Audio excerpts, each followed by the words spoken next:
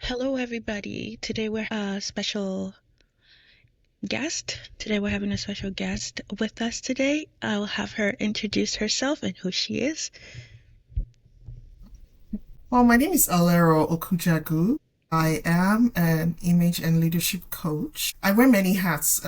I'll just stick to that. I'm a mother of two. I have two little boys. Okay.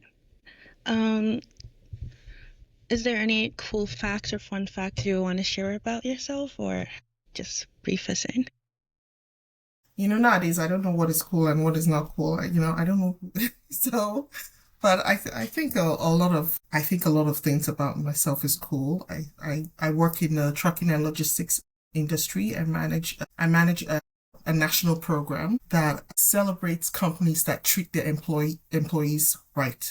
I love that because it helps the image of the industry because the trucking sector naturally does not have a very good image. So I like that. I think it's really cool that I get to do that. It's kind of like different from what I was trained to do as an image consultant and image coach. But I found a lot of transferable skills in working in my position there.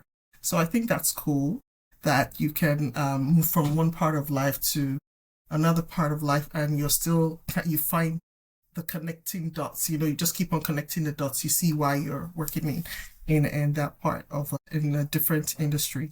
So I think that is cool.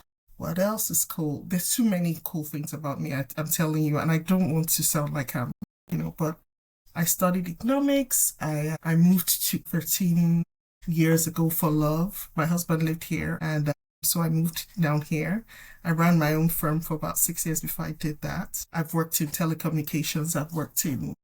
I used to be an investment banker. So I've worked in banking and finance. So I think sometimes when I think about myself, I think I've lived many lives. I love singing. I really love singing and dancing. And yeah.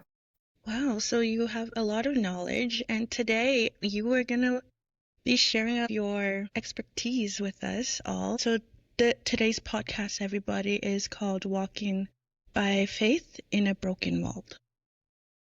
Do you want to share a bit of what that might mean to you and how important it is in our daily world?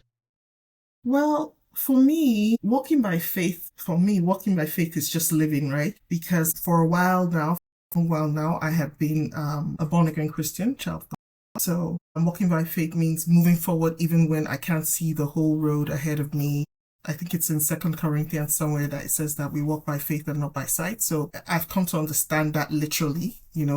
It's me taking the next step, trusting that God sees what I can't, just leaning wholly and fully on him. That's what walking by faith means to me. I just mentioned here, just talking about my cool facts that I moved here for love. Moving here was faith for me, was walking by faith because it was a big step. It wasn't during the period where we had the mad rush of people moving. I moved here. I had an organization, a business partner, and I moved here regardless of that, not knowing what was waiting for me on the other side of the world, Mother Nature and the crude cold, and not knowing what motherhood would be like, or not knowing what being a wife would be like, not knowing what starting. I don't want to call it starting over. Not knowing what moving to the next phase without having my community that has given me comfort over the years as I have matured, not knowing what that would look like without them. So that's in itself too is like me moving in faith, walking in faith. How would you say that you're really trusting God during the difficult season, like moving and navigating those roads? So I'd say this first of all. You refer to moving. For me, that wasn't a difficult season. I didn't know it was a difficult season until I started, experiencing one or two things. It was a beautiful season for me because I was moving to be with my husband to start a home. So it was a beautiful season. But how I trust God during difficult season would be that it's a decision that I make. Trusting God is a decision that I have to make again and again, especially when I don't feel it. Because trust is not a feeling. I want to say trust is a decision, because God is our refuge and our ever-present help. So in time of trouble, I think that's the full verse. But so in hard season, I have to keep returning to words like that, to keep me present, to make that decision, because when things are difficult, it's very easy fall to fall apart because you're focusing on the difficulty. So what my faith teaches me is to focus on where my strength comes from, and that's from God. So it's for me to make that decision and to remember that this is that time. You need to decide to trust. So so that's how I trust God. It's not a feeling, it's a decision. And it's a decision that I make over and over and over again because I'm human. Yes, we all know that this podcast is Adulting with Purpose, and we're targeting the younger generations and people in their early 20s. So the next question would be, what challenges, advice could you help this generation of people? Well, we live in a world now where a world that Just stay closer to rewards God to also. stay close to God. Okay, I was just gonna say that we live in a world that rewards proof and instant answers. When you have some, we want reward immediately, and faith asks for the opposite. So what I would like to say to the younger generation is that, because of that instant microwave generation thing, patience is not just a virtue. Patience is something that you need to have. You need to be patient. Not everything is going to be instant. It's not going to be instant. Confidence in what we can't yet see is what faith is, right? So to walk by faith means that you need to be patient because you can't see it yet. So the noise, the comparison, the pace of everything in today's world can get in the way, can mess with your mental state, where there's a lot of looking at this person instead of, like I said earlier, focusing on God.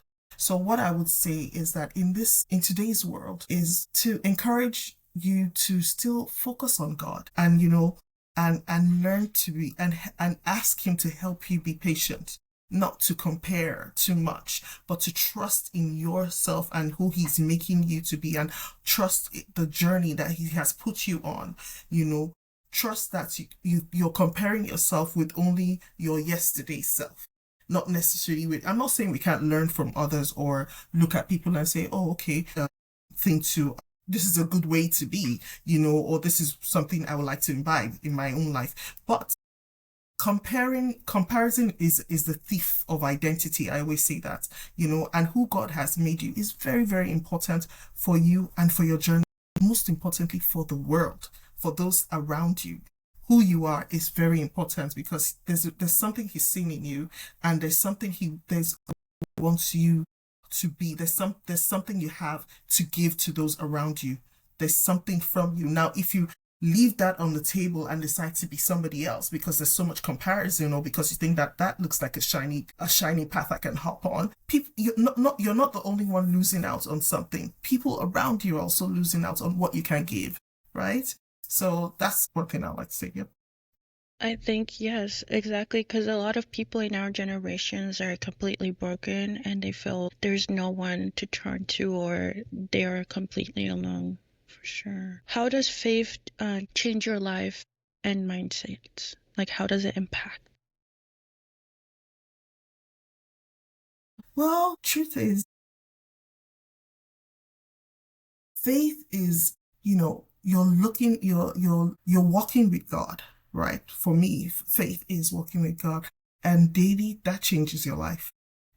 That changes your life. It teaches you patience. It teaches you how to truly love. It teaches you how to understand love, because our God is all about loving humanity. It's the whole essence of the faith that we have, is that because he loved us, he sent his son to die for us. So that love, just understanding that love alone, changes your life. It changes your perspective. It changes what's important and what's not important, what to focus on. It doesn't make you just stop in your track and just look there, but you want to do more for humanity, for yourself, for God, because of what He has done for you, So, and faith, that's that can't be done if you don't have like have to have like a prayer life, having which is what that relationship with God looks like. It's through, it's the prayer. For me, there is how the relationship stays alive. Yeah, I'll stop there. Yeah, what advice would you give someone lost or losing hope? You could talk in like your view and a younger person's view also, based on your experiences. Because, Yeah, because yeah, I was once young, right? exactly, exactly. You were once young and you've been Still through young, a lot of Anu. things. Don't hop on that. You actually repeated it. Yeah, you've been through like similar things that we're going through now, and obviously, when you were our age, you didn't see the future. You didn't know the future. The only person who knew the future was God, right? And He helped you to see the future. But for us who are in the season, who aren't in the future, how can you help us to get Okay. to that point? So the good thing is none of us are in the future is today. We don't have, none of us, we are here, present, and that's what Yeah. we have. We have the present and the present, and then we have the past, and hindsight is always 20/20 or 50/50 or whatever they say. But advice for someone losing hope. So I'd say, don't try to find all your hope at once. Just hold on to the next small things. And this is me just thinking about myself growing up. Just the next the one thing you can hold on to, because hope isn't always a feeling that floods back. Oh, suddenly I have hope now. Oh, yes, now I have hope. That kind of thing. Sometimes it's a quiet decision, that okay, I'm just gonna stay here. I'm gonna hope one more day, and you don't have to manufacture hope yourself. Hmm. you know there are things that have given people hope. Just listening to a song has given people hope. Just hearing the wordings of a song has given people hope. Or going to the scriptures, and the scripture gives hope. Or even just looking back to where you're coming from could give you hope. So, if when you get to that point where you're losing hope, just stopping and not trying to grasp at, oh, I need hope, right? I need everything right now.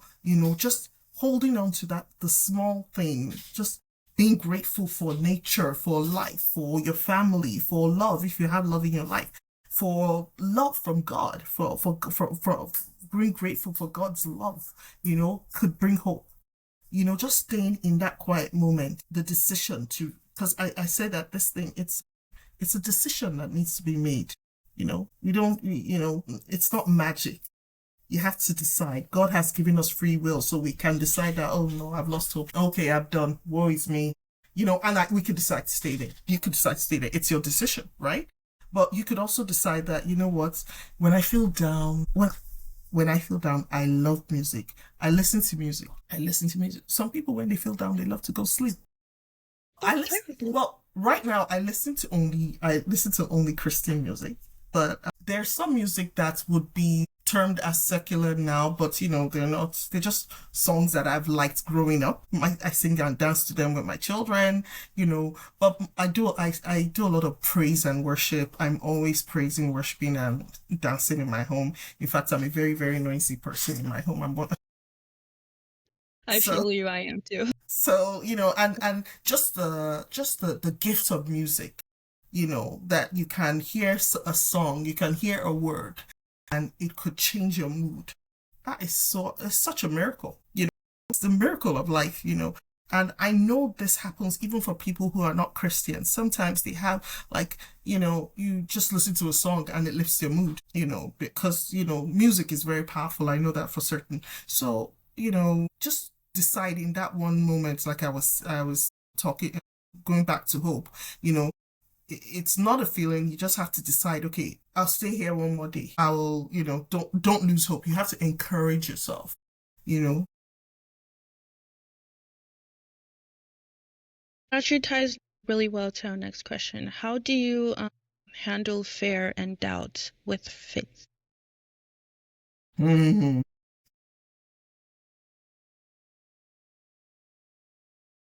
Fear and doubt with faith.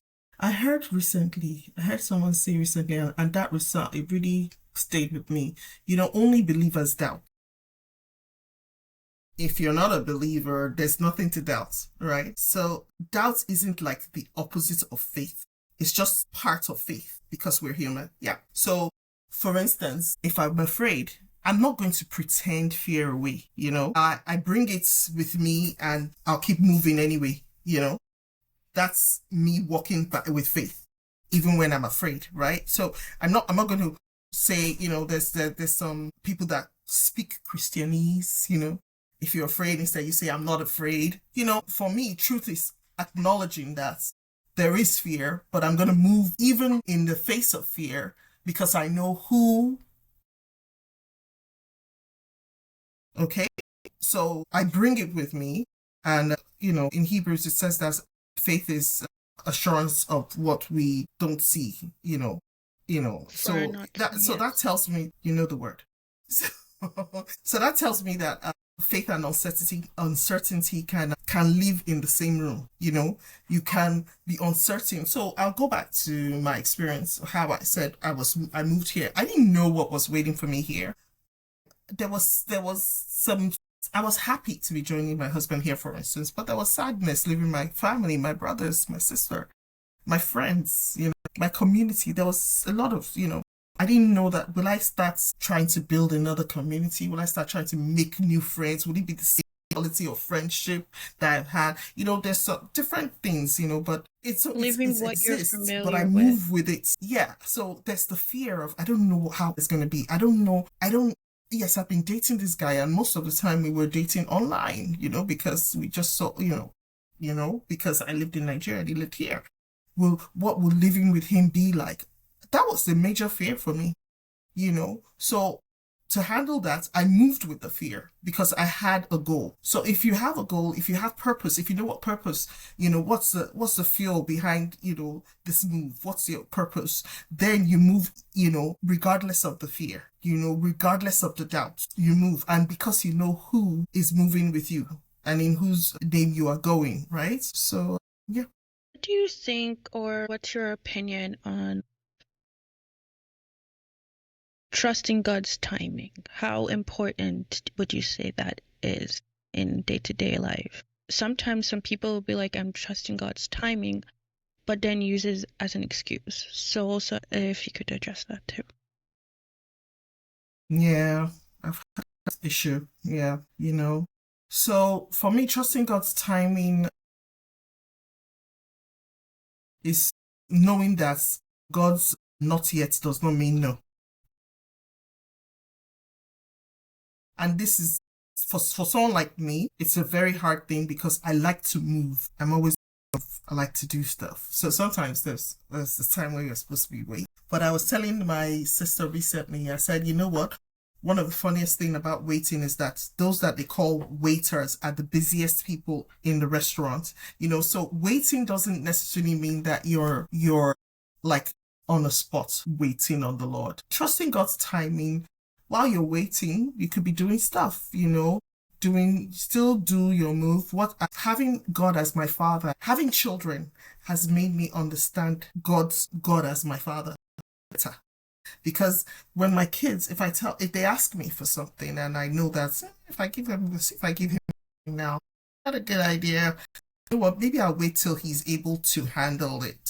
So it's a not yet for me. So I know that there's situations like that happening with me and my father, with God, me and God, right? But in the meantime, my kid might not take it well. He might throw a bit of a tantrum, or he might keep on asking why, or follow me around the house saying please, please, please, which is something that we also do. But in life, it's understanding that a not yet doesn't mean a no.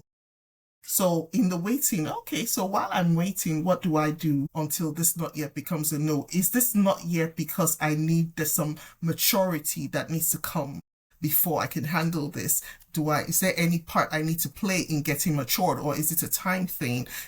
But some of the most important things in my life arrived later than I wanted, but they exactly when I needed them. So that has helped me to just trust God even more, instead of, and if you were, even me saying some of it has come later, there a bit of a wrong to it. It has come at the time God wanted it to come. So for instance, I got married after a lot of my friends most of my friends have older kids and I have little kids, and I'm thinking, God, when will I get married? When will I get married? But I got married at the right time because I have the level of maturity to be married to the person God for me. If I married my husband when I was much younger, oh my goodness, he wouldn't have been able to handle me. It's a level of maturity that I have now that I know that I needed to be his wife. So when you think of things like that, you realize, okay, and not yet, even in those days when I was waiting, it was like frustrating. Sometimes I'm excited to go to a friend's wedding, but I'm thinking, oh man, Lord, when is mine? I do want to get married. Oh, but then I got to a place and I was like, you know what? Marriage doesn't really, not a big deal. It doesn't really matter. So why? Because in the waiting, I was having fun. I was doing a lot of good stuff. I was learning, I was working, I was traveling, making friends. I was also serving I was part of a ministry. So I wasn't focused on what I was waiting to receive or if I would receive it. So I got to a point where it was, well, if I don't receive it, it's okay too, Lord, So, and I think that that's where trusting the Father comes in. You just trust that, that whatever as long as you're walking with him, whatever he gives to you is the best. He works everything for the good of those who loves him. Yeah. Everything works together for the good of those who love him.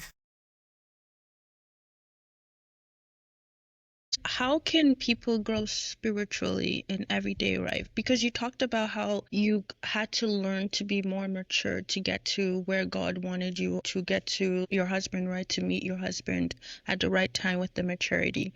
For people who are young like us, what positive steps should we be taking? Growth is law. Whether you like it or not, you're going to grow, except you decide not to. Whether you like it or not, it's like being in the crowd. You just keep moving. You're going to grow. Things are going to be happening, except you decide to shut down.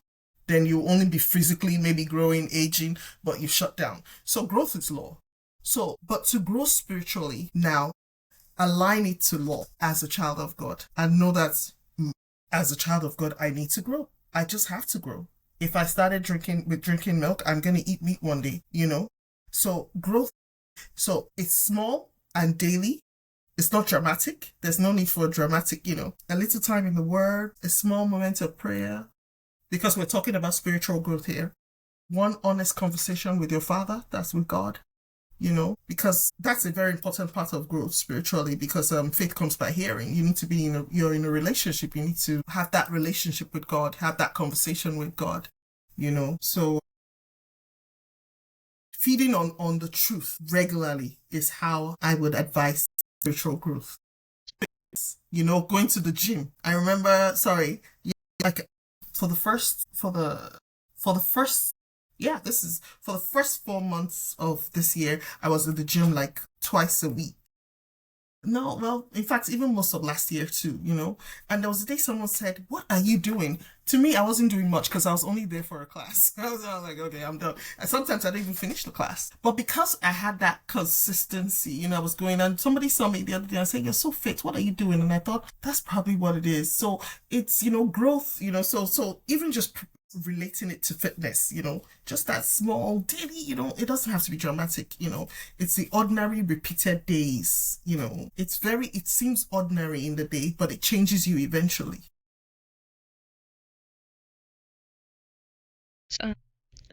What key Bible verses give you strength during the hard times? Many, and I'm not someone that knows too many, I don't know it off the top of my head, but I think Isaiah 26 verse 3 says that he will keep in perfect peace those whose eyes are stayed on him. Also, I'm going to just check it so that I say exactly what it is, but something to that nature. I also like Psalm 46 verse 1, which is God is our refuge and strength and ever present help in trouble. I like that because it's like a daily, and I also like one that helps me to move all the time. That's I can do all things through Christ. Sometimes I tell myself, oh, I can do all things. I can do all things. So yeah, it's Isaiah 26 verse 3. Yeah, I was right. You keep in perfect peace whose mind is stayed on you because he trusts in you. Yeah, I really like that one. In fact, I have a picture of that in my guest bathroom. Okay. For me, for example, like Hebrews chapter 11, verse 1, and I don't know if you know those verses, and Romans chapter 10, verse 17. It talks about faith, right? And Yes, the key messages of how we should, at the end of the day, not give up and truly trust in Christ Jesus. that's good. Great. Well, thank you so much for being on the podcast with us today. It was so appreciating. I appreciate it That was so lovely. much. It was my pleasure Yeah, being here. Thank you for having me. I love talking about God. I love talking because I believe that when you talk about God, you just feel his presence more. And that's right. beautiful. Yeah. Um, just to wrap it up, what hope lessons, key takeaways would you give people, who are listening to? You know what I would say? Because today, in today's world, and I say this because this is how I feel sometimes, there's so much, we live in a broken world. There's so much darkness, there's so much bad news, and you really can't be away from it because we are in the world, right? So what I would say is for people to remember to focus on the Lord, even through, and this is not to ignore what's going on. There are things to pray about. There are places where you can volunteer. There are places where you can go out and speak up. But in all of this, just to focus, whatever you're doing, just to focus on the Lord, because that's where our strength comes from. And we need that strength to live in the world that we live in today. I don't know how anyone can live in today's world without God's strength. You just suffer like a huge breakdown, or you just be carrying like depression, mental health issues, and all mental issues, and you just be suffering so much. And this is not to say that there aren't genuine mental health issues. I'm just saying that with what's going on in the world today, there's so much to steal our joy. Yeah. But so what I would advise is that, just keep your eyes on the Lord, even as you go from day to day, as you take step by step, as you make decisions. Keep your eye and trust him. He's still sovereign in the midst of it all. He's still sovereign. What a powerful message today, guys. Thank you so much for being on this podcast, and we're so happy and blessed to have you on here. Thank you. Much for having me, Annie. You Thank take you. care. See you Bye. guys on the next one.